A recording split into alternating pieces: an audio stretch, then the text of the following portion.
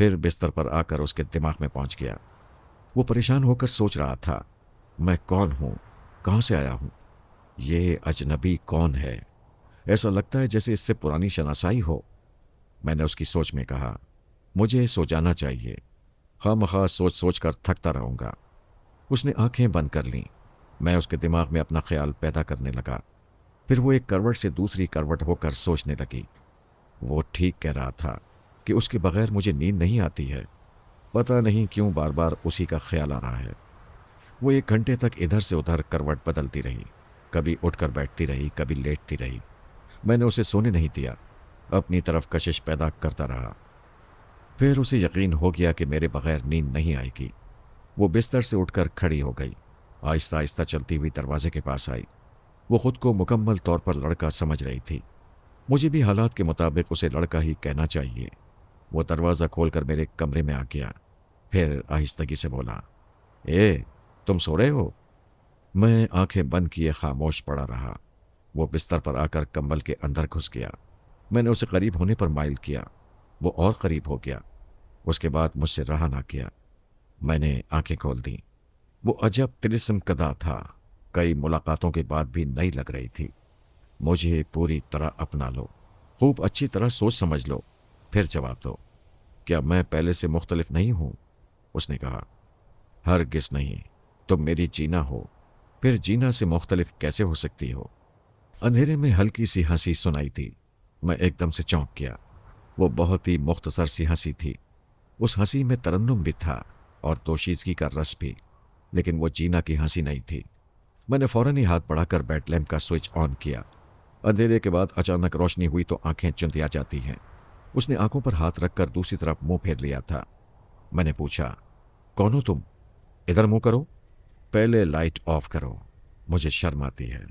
میں نے اس کے چہرے کو اپنے پنجے میں لے کر ایک جھٹکے سے اپنی طرف گھمایا۔ وہ تکلیف سے کراتے ہوئے بولی، ارے کیا کرتے ہو؟ بالکل ہی درندے بن جاتے ہو۔ وہ جینا تھی، کوئی دوسری نہیں تھی، لیکن مجھے اس عورت کا خیال آیا تھا۔ وہ ہنسی اس کی لگی تھی۔ میں نے پوچھا، کیا ابھی تم ہنس رہی تھی؟ ہاں، کیا میری ہنسی بری لگی تھی؟ پھر ایک بار ہنس کر دکھاؤ۔ اس نے مختصر سی ہنسی سنائی۔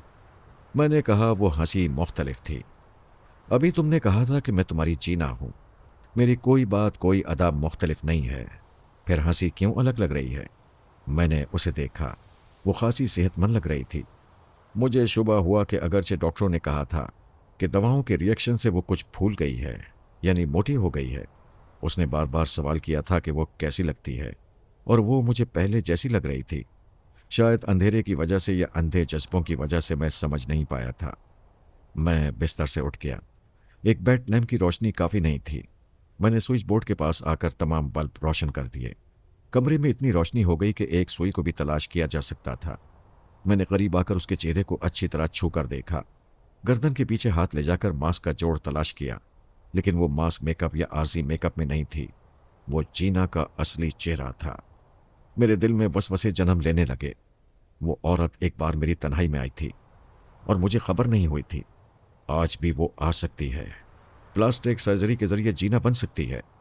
اس نے پوچھا، تم اچانک پریشان ہو گئے ہو، کیا بات ہے؟ وہ بڑی بڑی پیار بھری آنکھوں سے مجھے دیکھ رہی تھی۔ دل پھر اس کی طرف کھینچا جا رہا تھا۔ میں نے ہاتھ اٹھا کر تمام سوئچ آف کر دیے، پھر بستر پر آ کر بیڈ لیمپ کو بھی بجھا دیا۔ اس کے بعد کروٹ بدل کر اس کے تن من کے قریب ہو گیا۔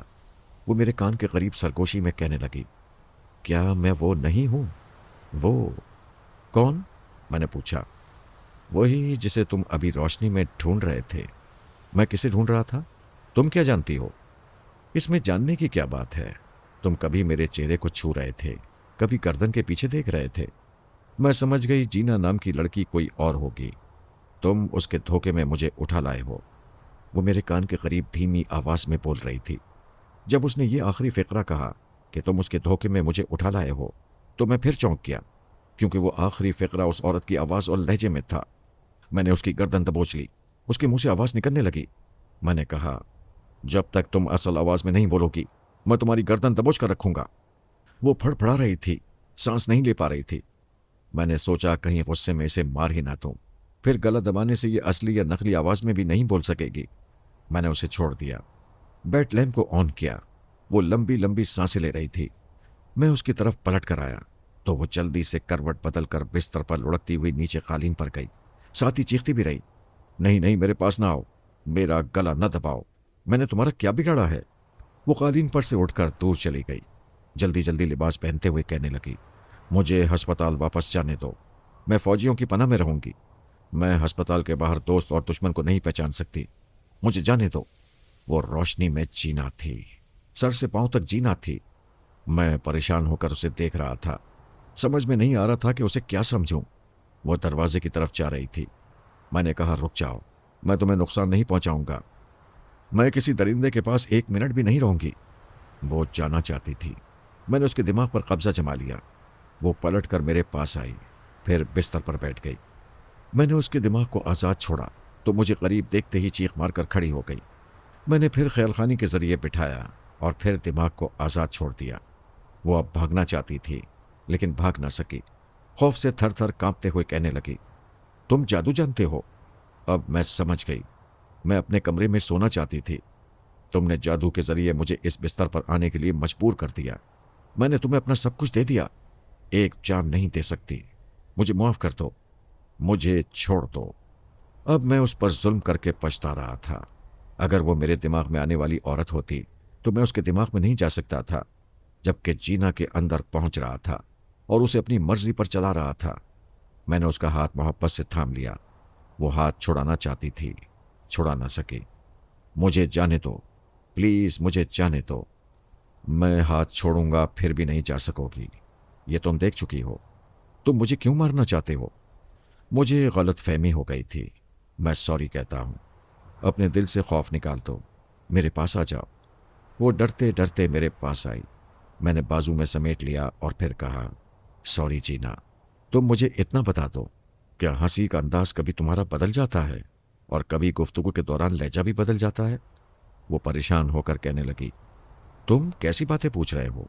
میں کیسے جان سکتی ہوں کہ میری کون سی بات کب کہاں بدل جاتی ہے؟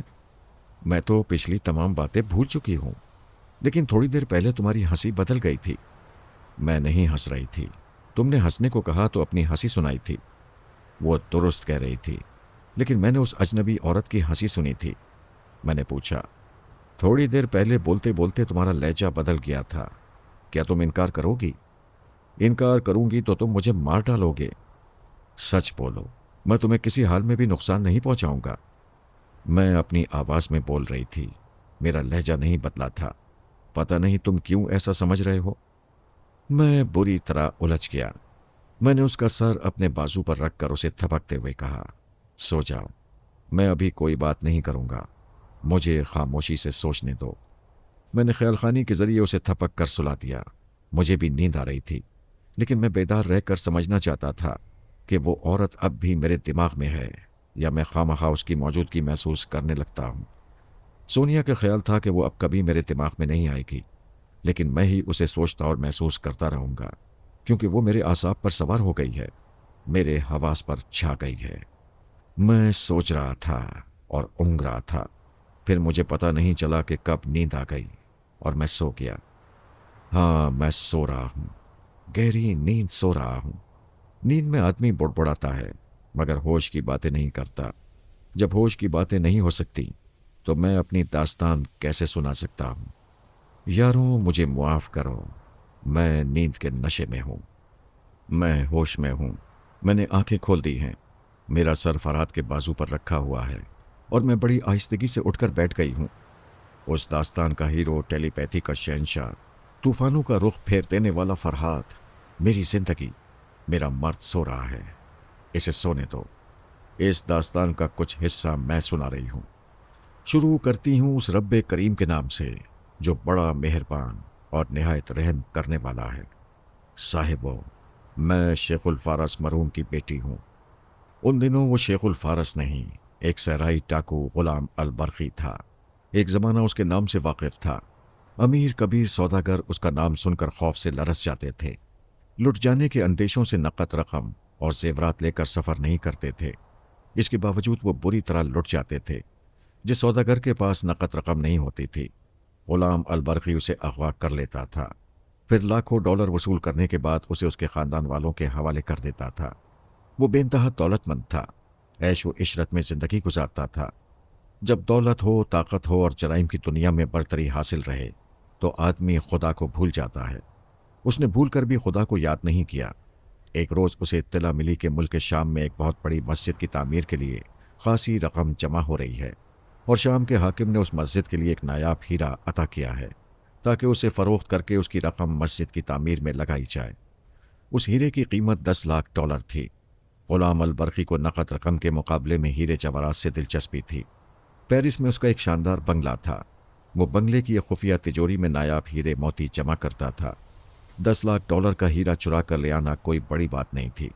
اس نے ایک رات مسجد کے خزانچی کو گردن سے پکڑ لیا اور ریوالور کی نال کنپٹی پر رکھ دی۔ اس سے تجوری کھلوائی، پھر وہ ہیرا لے کر فرار ہو گیا۔ یہ چوری جتنی آسان تھی اتنی ہی اس کے لیے مصیبت بن گئی۔ تمام اسلامی ممالک کے لوگ اس کے دشمن ہو گئے تھے۔ وہ مسجد کا مال چوری کرنے والے کو زندہ یا مردہ گرفتار دیکھنا چاہتے تھے۔ ایسی صورت میں اس کے لیے جائے پناہ نہیں تھی۔ کسی اسلامی ملک میں پناہ لے کر وہ اپنی موت کو دعوت نہیں دے سکتا تھا۔ وہ شام سے لبنان آ گیا، پھر وہاں سے جان بچا کر ترکی کے شہر استنبول پہنچا۔ استنبول میں بھی موت اس کا پیچھا کر رہی تھی۔ اسلامی ممالک کے کتنے ہی مسلمان اسے قتل کرنے کے لیے ڈھونڈ رہے تھے۔ استنبول میں غلام البرقی پر قاتلانہ حملہ ہوا۔ وہ بڑی مشکل سے جان بچا کر دوسری پناہ گاہ میں پہنچا۔ اگر وہ ترکی کی سرحد پار کر کے یورپ پہنچ جاتا تو بڑی حد تک مصیبتوں سے نجات حاصل کر لیتا۔ غلام البرقی کے لیے ترکی کی سرحد پار کرنا مشکل ہو گیا تھا۔ مسلمان مسجد کی امانت واپس لینے کے لیے اسے ڈھونڈتے پھر رہے تھے۔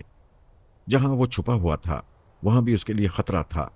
وہ رات کی تاریکی میں چھپتا ہوا مشرقی استنبول کا پل کراس کر کے مغربی استنبول پہنچا۔ وہاں سے ٹرین میں سوار ہو کر یونان سے ہوتا ہوا فرانس پہنچ سکتا تھا، لیکن یہ اتنا آسان نہیں تھا۔ ریلوے اسٹیشن پر پولیس والے دور دور تک نظر آ رہے تھے۔ اسٹیشن کے قریب ایک شاندار محل نما کوٹھی نظر آئی۔ اس کوٹھی کے آس پاس زیادہ چہل پہل نہیں تھی۔ وہ جگہ وقتی طور پر چھپنے کے لیے مناسب تھی۔ غلام البرقی اس کے پچھلے دروازے سے داخل ہو گیا۔ وہاں عجیب منظر دکھائی دیا۔ کوٹھی کے اندر ایک بھی مرد نہیں تھا، صرف لڑکیاں نظر آ رہی تھیں۔ وہ کسی کی کنیزیں تھیں۔ پختہ عمر کی عورتیں ہاتھوں میں رائفلیں اٹھائے دروازوں پر اور کوریڈور میں کھڑی ہوئی تھیں۔ 2 پہرے دار عورتوں نے اسے دیکھ لیا، لیکن وہ اپنی جگہ کھڑی رہیں۔ ایک کنیز نے سامنے آ کر جھکتے ہوئے سلام کیا، پھر کہا، خوش آمدید، تشریف لائیں۔ وہ پلٹ کر جانے لگی۔ اس کے لیے اس کے پیچھے جانے کے سوا اور کوئی راستہ نہیں تھا۔ رائفل بردار عورتیں بڑی بے رحم نظر آ رہی تھیں۔ وہ کنیز کے پیچھے چلتا ہوا ایک بڑی سی خوابگاہ میں داخل ہو گیا۔ وہ صحرا صحرا بھٹکنے والا ڈاکو تھا۔ اس نے زندگی میں پہلی بار ایسی شاہانہ طرز کی خوابگاہ دیکھی تھی۔ ایک بڑے سے آرام دہ بستر پر ایک حسین عورت کیلوپیترا کے انداز میں آدھی بیٹھی اور آدھی لیٹی ہوئی تھی۔ اس نے مسکرا کر کہا، خوش آمدید غلام البرقی۔ وہ چونک گیا، پریشان ہو کر پوچھا، تم مجھے جانتی ہو؟ تمہیں کون نہیں جانتا؟ تمام اسلامی ممالک کے اخبارات میں تمہاری تصویریں شائع ہو چکی ہیں۔ تمہاری گردن کی قیمت $1,00,000 ہے۔ جو اس نایاب ہیرے کے ساتھ تمہاری گردن لائے گا اسے $2,00,000 انعام میں دیے جائیں گے۔ آج تک کسی ڈاکو کی گرفتار کرنے یا قتل کرنے کا اتنا معاوضہ مقرر نہیں ہوا۔ یہ مسلمان بڑے جذباتی اور جنونی ہوتے ہیں۔ مسجد کی امانت واپس لینے کے لیے تمہاری بہت زیادہ قیمت لگا دی گئی ہے۔ کیا تم مسلمان نہیں ہو؟ اگر ہوتی تو تم ابھی حراست میں ہوتے اور وہ نایاب ہیرا تمہارے لباس کے اندر سے نکل کر میری مٹھی میں آ جاتا۔ تم کون ہو؟ رقاصہ سلوانا۔ تم صحراؤں میں بھٹکنے والے مجھے نہیں جانتے، ورنہ ہر ملک اور ہر شہر کے لوگ میرے دیوانے ہیں۔ رقص کے دوران جب میرا انگ انگ تھرکتا ہے تو دنیا کے امیر ترین لوگ مجھ پر نوٹوں کی بارش کرتے ہیں۔ بڑے بڑے رئیس میری بولی دیتے ہیں۔ کوئی مجھے سونے چاندی میں تولنا چاہتا ہے، کوئی ایک رات گزارنے کے لیے مجھے کسی جزیرے کا مالک بنا دینا چاہتا ہے۔ ایسے میں ہر مغرور اور ضدی عورت بک جاتی ہے، لیکن میں نے اب تک خود کو بچا رکھا ہے۔ میں اپنے ستاروں کی چال کے مطابق چلتی ہوں۔ میرے ستارے کہتے ہیں کہ میں خود کو گناہوں سے بچا کر رکھوں گی تو میری زندگی میں ایک مسلمان آئے گا جس کے ساتھ ازدواجی رشتہ قائم کر کے میں اس کے بچوں کی ماں بنوں گی۔ وہ بچے مجھے ایسی دولت دیں گے جو آج تک کسی نے نہ پائی ہوگی۔ وہ بستر سے اٹھ کر اس کے سامنے ٹہل رہی تھی اور بول رہی تھی۔ غلام البرقی نے پوچھا، کیا میں ہی وہ مسلمان ہوں؟ وہ آہستہ آہستہ چلتی ہوئی دروازے تک آئی، پھر بولی، شاید تم ہی ہو۔